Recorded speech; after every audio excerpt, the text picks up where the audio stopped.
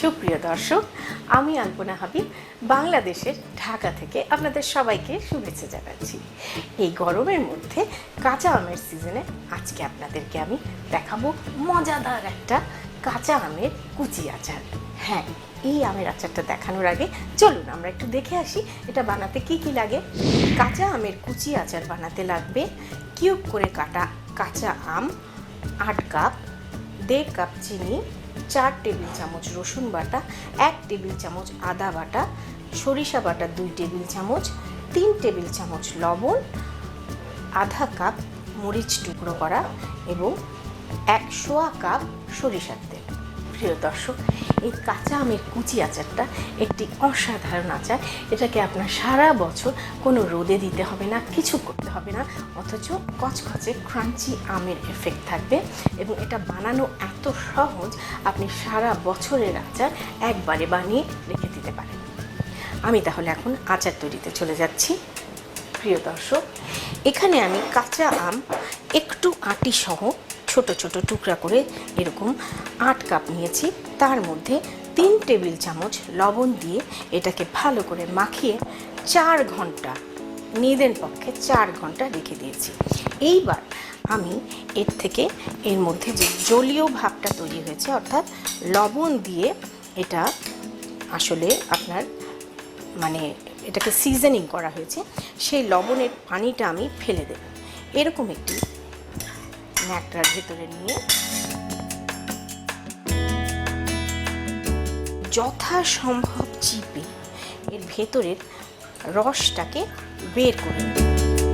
এটা কিন্তু আপনার আমের প্রিজারভেটিভ, অর্থাৎ এইভাবে আমের যেটুকু লবণ দেওয়ার আপনি দিয়ে দিয়েছেন, আমের টকত্ব কেটে গেছে এবং এটা সারা বছর এই আমটাকে এইভাবে প্রিজার্ভ করে রাখবে, যার কারণে এটা আপনার কোনো রকমের রোদে দেওয়া বা ফাঙ্গাস পড়ার সম্ভাবনা থাকে না।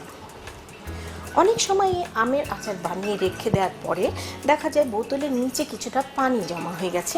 তাতে ভয় পাবার কোনো কারণ নেই, বোতলটা আবার ঝাঁকিয়ে নিলে আচারটা মিশে যাবে। দেখুন, আমরা প্রায় মোটামুটি যথাসম্ভব এটার পানি বের করে দিচ্ছি। এখন আমি আচার তৈরি করব। এই আমটাকে এর মধ্যে ঢেলে দিলাম। এবার আমি এতে দেব 1.5 কাপ চিনি, 4 টেবিল স্পুন রসুন বাটা। আপনাদের সবার সুবিধার্থে বলে নিচ্ছি, যেহেতু এটা রোদ দেওয়ার বালাই নেই, একটা প্রিজারভেটিভ আচার, সেহেতু এর আদা, রসুন, সর্ষে এগুলো সব আপনারা বাটবেন সিরকা দিয়ে, তাহলে আর নষ্ট হবার ভয় নেই। 1 টেবিল স্পুন আদা বাটা, 2 টেবিল স্পুন সর্ষে বাটা। সর্ষে বাটা সবসময় একটা কাঁচা মরিচ এবং 1 চিমটি লবণ দিয়ে বাটবেন, তাতে করে সর্ষে বাটা তেতো হবার ভয় থাকে না। এখানে আমি দেব কাঁচা এবং পাকা মরিচ, সুন্দর লাগবে দেখতে, হালকা ঝালও হবে, আপনি চাইলে শুধু কাঁচা মরিচ দিতে পারেন। আর দেব 1/4 কাপ তেল, তার মধ্যে আমি 1 কাপ ঢেলে দিলাম, আর বাকিটা আমি রেখে দেব বোতলের উপর টপিং দিতে। এবার আমি ভালো করে আচারটাকে মিশাই।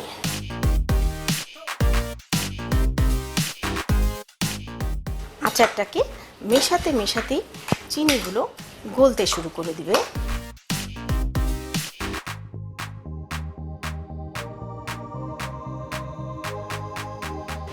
হয়ে গেল প্রিয় দর্শক, এবারে আমরা বয়মে ভরবো আচার। প্রিয় দর্শক, এবার আমরা আচার বয়মে ভরব। জলীয় ভাব সাথে রেখে রেখে ভরবেন, যেন আমটা তার রসটার মধ্যে মাখানো থাকে।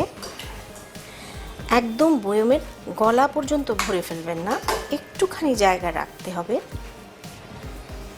তার কারণ হচ্ছে আমরা এর উপরে একটু তেল ঢেলে দেব, যাতে এটা নষ্ট হবার ভয় না থাকে।